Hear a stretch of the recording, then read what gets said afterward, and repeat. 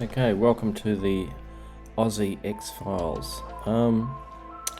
I've brought this one up. It's the Kelly Cahill talks about a UFO sighting and alien abduction experience in the Dandenongs in '93. Now, why I brought this up is when I was a teenager, I lived in East Brunswick, 26 Ashmore Street, East Brunswick, double terrace house, and I used to live up the top. And I made a I made a telescope from a camera and a microscope, and it was pretty good. It was pretty powerful, and I was able to, from my window, which was up the top, I could open the window and look out to the Dandenong Ranges.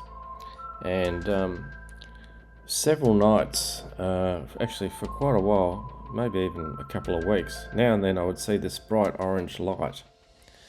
And I focused in on it, and I did test my telescope with different buildings in the distance.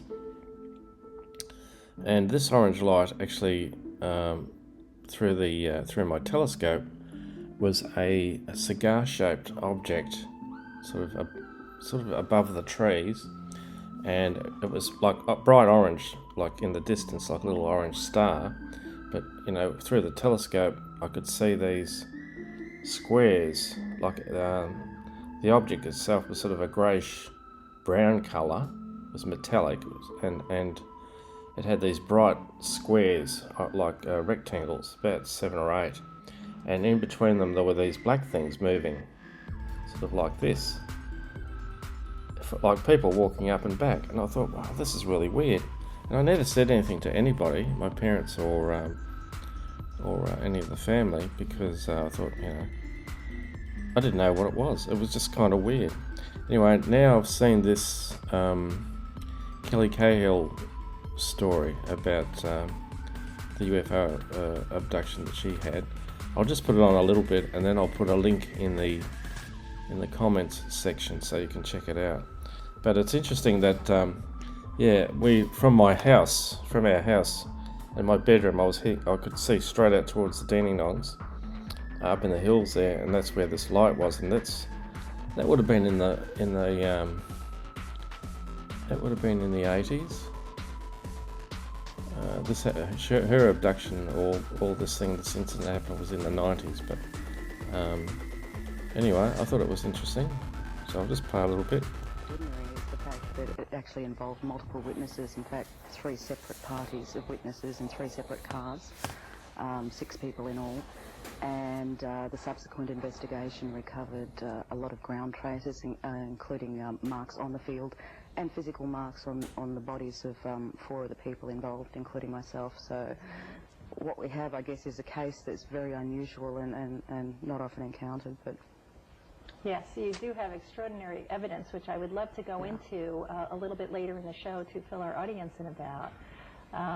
Let's start. When did this close encounter begin? What was the year? The 8th of August 1993, my husband and I were driving home from a friend's house in the Dandenong Mountains, which is probably about 50 kilometres out of Melbourne. Mm-hmm. And I guess we saw at about twice the height of the treetops from several hundred metres away, something that looked like at first like a blimp, but as we drove closer to it, it looked like a circle of round orange lights. Except in those lights, there appeared to be figures standing in the shadows. Yes, there. Now, see that? That's what I saw. Except instead of white lights, they were sort of reddish, and there were these figures very much like that, black, but they would move up and back. They kept going up and back, up and back. Wow, that is really spooky. Anyway, I'll play a bit more. Inside, behind the orange lights, you could see silhouettes of tall, dark figures. And I had enough time to say to my husband, look at the people in the windows, when it shot off to the left of us, and in a couple of seconds it was totally gone. But that was only the start of it, because we continued driving down the road, and about 2 kilometres later, we ran into what I guess you could call a wall or a screen of light. It seemed that way to me anyway. I actually had to put my hand up to my brow in order to look through the window at the windscreen, and I still couldn't see a thing. From there on, we actually rounded a corner, and what was sitting in the field on the side of the road was a huge craft, probably the size of a 2 to 3 story building and the length of an Olympic swimming pool. So it wasn't something that was really easy to miss, and we pulled the car over. But we weren't the only people that did. 100 metres behind us, a bank manager, his wife and their friend, who's a registered nurse, pulled over, and another 25 to 35 metres behind them, David, a government law department employee, on his way home actually pulled over as well.